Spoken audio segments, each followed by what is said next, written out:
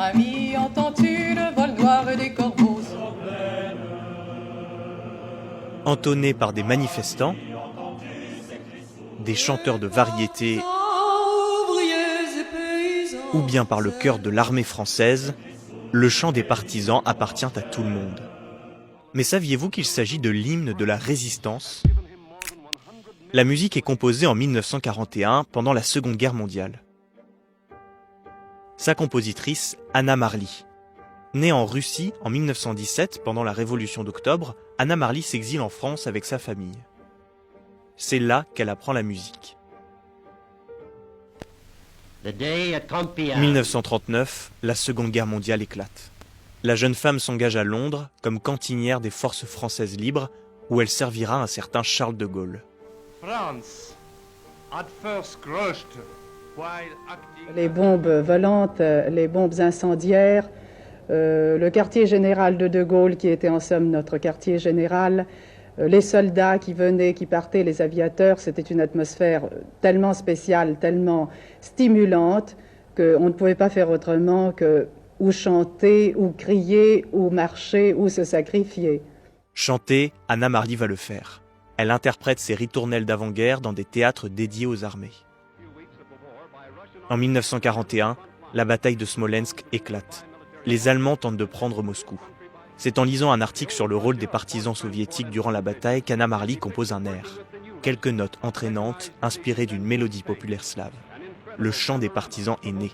Mais il porte à ce moment-là un autre titre.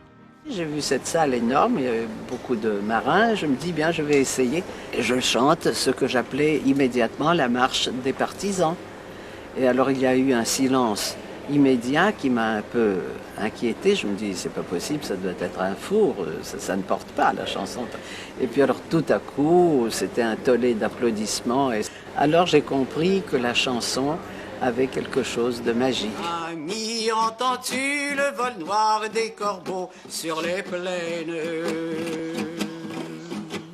Un homme va bouleverser le destin de ce morceau. Emmanuel Dastier de la Vigerie, un journaliste et résistant français.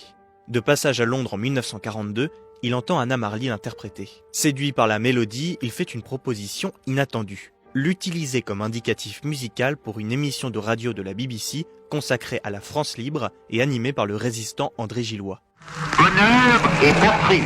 J'ai eu à choisir entre les deux disques que nous avions enregistrés. Je les ai écoutés l'un et l'autre, et puis j'ai choisi l'un d'eux sans une émotion extraordinaire, puisque je ne me doutais pas que ça allait devenir un chant national et que c'était pour moi le simple indicatif d'une émission. Et du reste, il n'y avait pas encore de paroles sur cette musique. Pourquoi la mélodie d'Anna Marly plutôt qu'une autre ? La raison est musicale, mais pas seulement. J'ai sifflé le refrain du chant des partisans et on a découvert que c'était justement l'air qui traversait le brouillage ennemi. Alors mon sifflet est devenu presque à ce moment-là indispensable.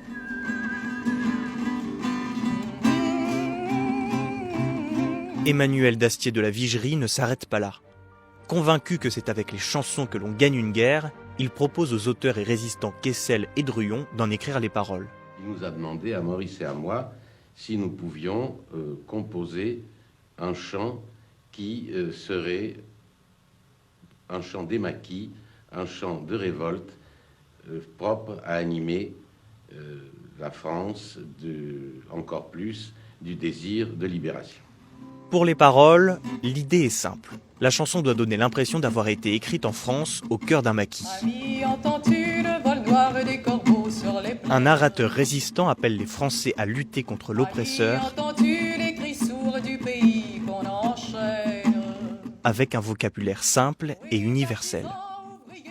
À l'origine, le corbeau qui ouvre la chanson devait être un hibou, avant que Kessel et Druyon estiment que les nazis ressemblaient davantage aux corbeaux. Une fois le texte écrit, Emmanuel Dastier emmène la chanson avec lui en France, où il est publié dans les Cahiers de la Libération. Il faut attendre 1945 pour que la chanson devienne véritablement populaire. Maurice Druyon dira du chant des partisans qu'il appartient à tous ceux qui l'ont chanté.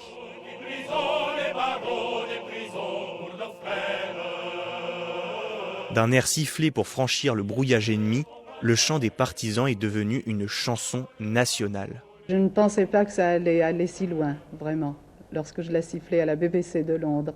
Je sentais beaucoup de force en le transmettant, mais naturellement, on ne pensait pas à l'avenir à cette époque-là. D'ailleurs, on se croyait très éphémère. On ne pensait même pas arriver à la fin de la guerre.